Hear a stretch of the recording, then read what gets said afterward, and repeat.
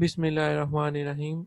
Welcome to the channel. My name is Asim Amjad and in this video lecture I will tell you about beam bending.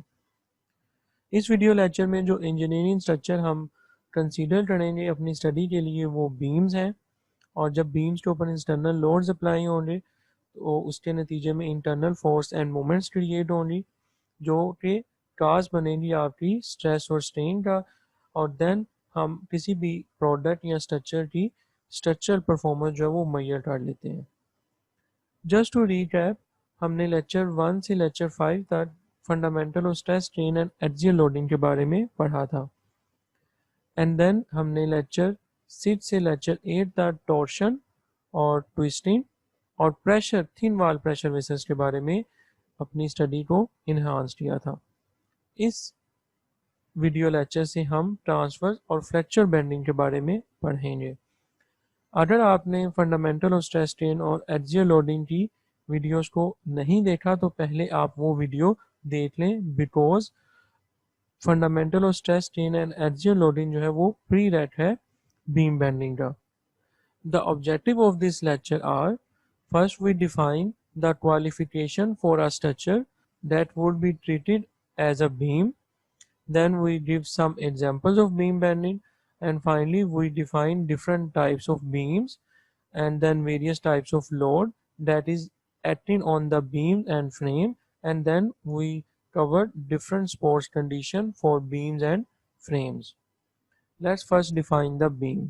Beam is basically the member loaded perpendicular to its longitudinal axis. Example, यहाँ पे मेरे पास एक simply supported beam की example है जिसकी हमने pin and rollers को at the end attach किया हुआ है। ये मेरे पास एक बीम है जिसकी यहाँ पे पिन अटैच है और यहाँ पे रोलर जो है वो अटैच है। यहाँ से मूवमेंट क्रिएट होगा इन बोथ साइड और जब हम इसके ऊपर लोड अप्लाई करेंगे तो आपकी जो बीम की शेप है वो कुछ इस तरह से हो जाएगी जिसको हम एग्जैजरेटेड शेप कहते हैं। जब आप किसी बीम के ऊपर लोड अप्लाई करेंगे तो उसकी शेप के अंदर जो चेंजेस हैं वो कुछ इस तरह से आएंगी अगर लोड इस डायरेक्शन से अप्लाई होगा। सिंपली सपोर्टेड बीम को हम इस तरीके से भी क्लासीफाई कर सकते हैं like pure bending, flexure under constant bending moment और no shear force. Okay, now let's discuss some real world engineering examples. This one is the simply supported beam of pin and rollers at both ends, and these are the some actual real world application of simply supported beams. This one is the cantilever beam and this one is the exaggerated shape when loaded is applied on the cantilever beam. You can further classify the cantilever beam as pure bending and no shear force. These are the some real world applications of cantilever beams. Cantilever beam is also used in wings of the aircraft as well as some sitting area and some parking areas and so on. Non-uniform beam bending, or you can say a continuous beam. The one end of the continuous beam is attached through the pin and the other points are attached using the rollers and the forces are applied over there and the movement is created. This situation is also known as the beam bending fracture with shear forces. These are the some real world applications of the continuous beam structures. Okay, now let's move to the types of beam bending. Beam bending की 5 different types हैं. First one is the simply supported beam. Second one is the fixed beam. Third one is the cantilever beam. Fourth one is the continuous supported beam. And fifth one is the overhanging beam.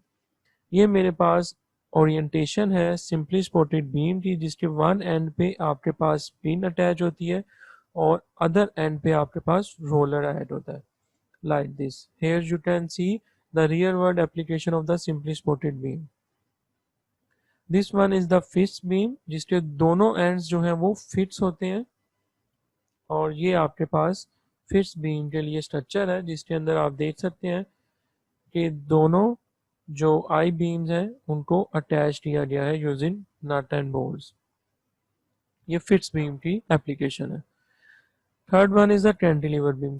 Cantilever beam का one and जो है वो fix होता है और जो other and है वो ओपन होता है, जैसा कि आपको यहाँ पे दिखाया जा रहा है। Fourth one is the continuous supported beam, जिसके अंदर आपका जो बीम है वो कंटिन्यूसली सपोर्ट किया होता है मल्टीपल बीम सेक्शन के थ्रू। लाइक ये एट साइड इसकी पिन के साथ अटैच है और अदर जो सेक्शन है उनको रोलर के साथ अटैच किया गया है, और ये इसकी रियल वर्ल्ड एप्लीकेशन एग्जांपल है कंटिन्यूस बीम की जो आपको यहाँ पे नजर आ रही। Last one is the overhanging beam, और यहाँ पे आप देखें इसकी जो 8 पार्ट है यहाँ से यहाँ तक अटैच है पिन के साथ, और ये जो आगे पार्ट आपको दिखाया जा रहा है यहाँ पे कोई भी सपोर्ट नहीं है। इसकी दो कंडीशन हो सकती है, इसको इस तरीके से भी बिल्ड किया जा सकता है जिसमें वन एंड पे सपोर्ट हो रही जो कि बिल्कुल एंड पे अप्लाई हो रही, और अदर एंड से थोड़ा सा पहले जो है 8 फोर्स जो है सेक्शन की वो अटैच हुई हो रही लाइक दिस। तो ये जो आपके पास इतना एरिया है इसको हम ओवरहैंडिंग कहेंगे। और ये वाली कंडीशन भी हो सकती है जिसके अंदर इसके स्टार्टिंग और एंडिंग के ऊपर कोई सपोर्ट प्रोवाइड नहीं की होगी, और जो सपोर्ट्स हैं वो इसके स्टार्टिंग और एंडिंग से थोड़े से डिस्टेंस के बाद प्रोवाइड की जाएगी।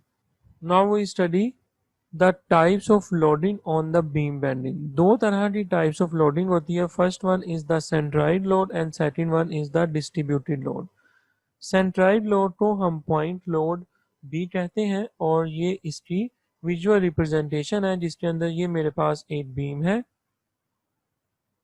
इस बीम के ऊपर एक फोर्स जो एक्ट कर रही है वो बी है, और इसको वन साइड से हमने पिन और अदर साइड को हमने रोलर के साथ अटैच किया हुआ। ये सिंपली सपोर्टेड बीम है हमारे पास, और ये यहाँ से यहाँ तक इसकी जो लेंथ है वो एल के साथ डोनेट की है, और इसको हम 8 स्पैन कह रहे हैं।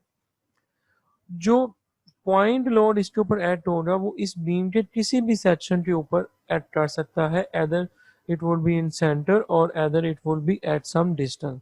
बट द थिंग इज कि जो लोड है वो सिर्फ एक ही पॉइंट के ऊपर ऐड कर रहा है, जैसा कि आपको यहाँ पे दिखाया जा रहा है।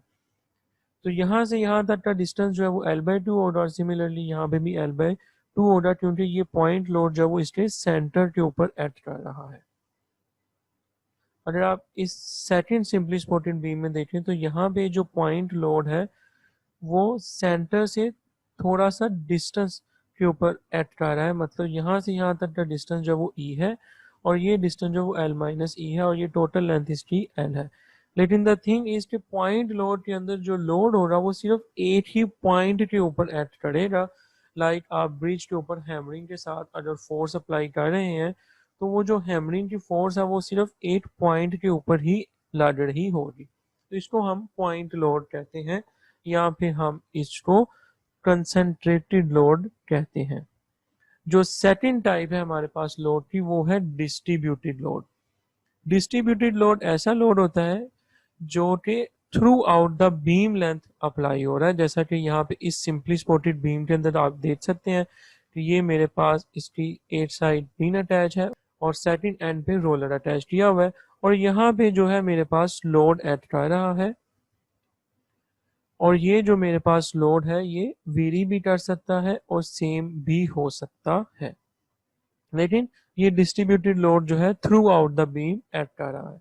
मोर ओवर ये डिस्ट्रीब्यूटेड लोड किसी एक सेक्शन के लिए भी ऐड कर सकता है, जैसा कि यहाँ पे सेक्शन S0 से HA तक जो है यहाँ पे बीम के ऊपर जो लोड है वो ऐड कर रहा है, जबकि इस पॉइंट इस साइड पे कोई भी लोड ऐड नहीं कर रहा। तो एक इम्पोर्टेंट टर्म है यहाँ पे कि what is the intensity of load, or you can say a distributed load. Basically the distributed load or the intensity of load is the load per unit length. तो per unit length के ऊपर जो load लगता है उसको हम intensity of load कहते हैं, जिसको हम W के साथ यहाँ पे डोनेट कर रहे हैं, और इसके यूनिट न्यूटन पर मीटर और किलो न्यूटन पर मीटर है। डिस्ट्रीब्यूटेड लोड को हम फर्दर टू वेज में डिवाइड करते हैं। First one is the uniformly distributed load and second one is the non uniform load. Uniformly distributed load को हम further two ways में classify कर सकते हैं, that is UDL and UVL. UDL is denoted as uniformly distributed load and UVL is denoted as uniformly varying load. As you see, in uniformly distributed load, the intensity of load is constant. That's why W, the load, is equal to the C constant. And the other type of uniformly distributed load, that is UVL, in this load W is varying, mean load is varying and it is varying linearly. That's why we call this load UVL is uniformly distributed load 2. Okay, now let's draw a load distribution diagram. Under the load distribution diagram, you see on the x-axis the length of the beam, on y-axis you see the intensity of the load. This W is represent the intensity of the load, and this would be equal to the C, as under the UDL the load applying on the beam is constant. For example कि ये मेरे पास एक surface है जिसके ऊपर मैंने यहाँ पे ब्रिक्स को स्टोर किया हुआ है। लेट्स से ये मेरे पास ब्रिक 1 है, ये 2 है, ये 3 है एंड 4 है। तो टोटल नंबर ऑफ ब्रिक्स यहाँ पे 4 है और ये एक मेरे पास यूनिट सेक्शन है जिसके ऊपर इस लोड को अप्लाई कर रहा हूँ मैं। सिमिलरली अब हम यहाँ पे एक और सेक्शन कंसीडर करें जिसको अगेन मैं 8 के नाम से डोनेट कर रहा हूँ और यहाँ पे अगेन मैंने 4 ब्रिक्स जो है वो रखी हुई हैं। तो जो लोड है वो कांस्टेंट है जितना आपका इस सेक्शन में लग रहा था, क्योंकि हर ब्रिक्स का वेट जो है वो इक्वल है और इक्वल क्वांटिटी के साथ मैंने सरफेस के ऊपर प्लेस की है and in this section again. So that's why under UDL the applying load on the surface is constant. So you can say कि जो आपके बीम के ऊपर फोर्स लग रही है वो कांस्टेंट होगी अंडर द UDL कंडीशन। तो मैग्नीट्यूड हम UDL यूनिफॉर्मली डिस्ट्रीब्यूटेड लोड का कैसे निकाल सकते हैं, उसके लिए हम सिंपल स्मॉल w को L के साथ मल्टीप्लाई कर देंगे, क्योंकि load through out the length apply हो रहा है तो हमने उसके साथ मल्टीप्लाई करना है। तो w times L is equal to capital W, that would be the magnitude of the distributed load और इसके जो यूनिट्स हैं वो न्यूटन है। वी नो W जो लोड है उसका यूनिट न्यूटन पर मीटर है और जो बीम की लेंथ है वो मीटर में है, मीटर मीटर से कैंसिल आउट हो जाएगा तो हमारे पास यूनिट न्यूटन आ जाएगा। So this capital W is basically the area of the load distribution diagram जो कि आपको यहाँ पे शो हो रहा है। And the most important thing, the line of action of the load will pass through the centroid of load distribution diagram as shown on the right side of the figure. Here you can see कि ये जो मेरे पास UDL के magnitude का load apply हो रहा है वो इसके सेंटर के ऊपर लगेगा इस बीम पे, जिसका डिस्टेंस यहाँ से इस पॉइंट से इस पॉइंट तक L/2 होगा, क्योंकि ये टोटल लेंथ बीम की L है तो इसके हाफ में अप्लाई होगा, सेंट्राइड में लोड लगेगा। Okay, now let's move to UVL uniformly varying load. So W is basically the function of x, mean a linear function के जो लोड है आपका वो लीनियरली इंक्रीज कर रहा है। जैसे यहाँ पे मेरे पास एक अगेन सरफेस है, यहाँ पे मैंने एक ब्रिक अटैच की है, यहाँ पे मैंने 2 ब्रिक्स रखी है, यहाँ पे मैंने 3 ब्रिक्स रखी है और यहाँ पे मैंने 4 ब्रिक्स को रखा है सरफेस के ऊपर और ये मेरे पास सेक्शंस हैं ईच सेक्शन। अब इस सेक्शन पे जो लगने वाला लोड है इस सेक्शन पे ऊपर लगने वाले लोड से कम है। तो ये अगर आप देखें तो ये जो मेरा लोड है वो इंक्रीज कर रहा है और ये लीनियरली इंक्रीज कर रहा है क्योंकि ये लीनियर फंक्शन है। तो W जो है वो मेरे पास फंक्शन है x का, so W is equal to m time x। तो यहाँ पे आप अगर लोड डिस्ट्रीब्यूशन डायग्राम में देखें तो ये मेरे पास बीम है जिसकी लेंथ L है और यहाँ पे मेरे पास जो लोड है वो इंक्रीज कर रहा है, मीन वेरी कर रहा है from this point two this point. यहाँ पे लगने वाला लोड जो है वो मिनिमम है ना होने के बराबर है, that is W is equal to 0 और यहाँ पे लगने वाला लोड जो है वो मैक्सिमम है, डेट इज W नोट और you can see W max. तो ये मेरा मैक्सिमम लोड है और ये मेरा मिनिमम लोड है, मतलब लोड की इंटेंसिटी जो है यहाँ पे मेरी 0 है और यहाँ पे लोड की इंटेंसिटी जो है वो मैक्सिमम है। तो मैग्नीट्यूड हम कैसे कैलकुलेट करेंगे, magnitude of UVL is equal to half times L times W naught. Triangle है, राइट ट्राई एंगल है तो इसका एरिया जो होगा 1/2 टाइम्स बेस हाइट होगा। तो बेस इसकी L है, हाइट इसकी W नोट है, क्योंकि हमने मैक्सिमम लोड इंटेंसिटी को कंसीडर करना है यहाँ पे और यहाँ पे ही आपका मैक्सिमम लोड भी अप्लाई हो रहा है। तो ये W नोट आ जाएगा। तो मैग्नीट्यूड जो हो रहा आफ्टर यूवीएल के लिए वो W note times L over 2 हो रहा। और ये जो मैग्नीट्यूड है ये आपका सेंट्राइड पे एक्ट करेगा आपके इस राइट ट्राइंगल के जो कि इस पॉइंट पे एक्ट करेगा।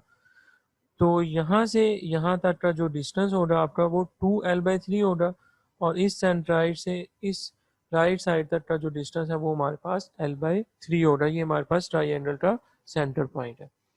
But the remember, L is the length up to which distributed load is acting. Keep in mind this thing कि जो आपका लोड है वो थ्रू आउट द लेंथ लग रहा है आपके बीम पे। तो जब भी आपने मैग्नीट्यूड निकालना है यूवीएल का, आपने ओवरऑल जो लेंथ है उसको कंसीडर करना है रादर देन कि आप इस पॉइंट से इस पॉइंट तक की लेंथ को कंसीडर करें या इस पॉइंट से इस पॉइंट तक की लेंथ को कंसीडर करें। आपने ओवरऑल बीम की जो लेंथ है उसको कंसीडर करना है for calculation of magnitude of UVL. Same the case for the above UDL. Now let's move to the types of support. Multiple types की सपोर्ट जो है वो बीम को प्रोवाइड की जाती हैं और जो स्पोर्ट्स हैं वो वन बाय वन मैं आपको एक्सप्लेन करता हूँ। पहली जो स्पोर्ट्स है उसको हम हिंज स्पोर्ट्स कहते हैं और ये हमारे पास हिंज स्पोर्ट्स की विजुअल रिप्रेजेंटेशन है जब आपके बीम को आप हिंज स्पोर्ट के साथ अटैच करते हैं और अदर एंड पे आप definitely some other type of support जो है वो यूज़ करेंगे। सेम सपोर्ट भी हम यूज़ कर सकते हैं लेकिन उसकी कुछ डिफरेंट पर्सपेक्टिव होंगे। अगर आप यूज़ करेंगे तो उस सूरत में आपके बीम के अंदर फेलियर के चांसेस भी इंक्रीज हो सकते हैं। तो इस वजह से हम preferably different type of supports जो है वो यूज़ करते हैं। ये मेरे पास रोलर टाइप सपोर्ट है, ये मेरे पास नाइफ एज सपोर्ट है और ये मेरे पास फिट सपोर्ट जो है वो है। So it's all about basis of beam bending, types of load and types of supports. On the next lecture, we will discuss about shear force diagram and bending moment diagrams.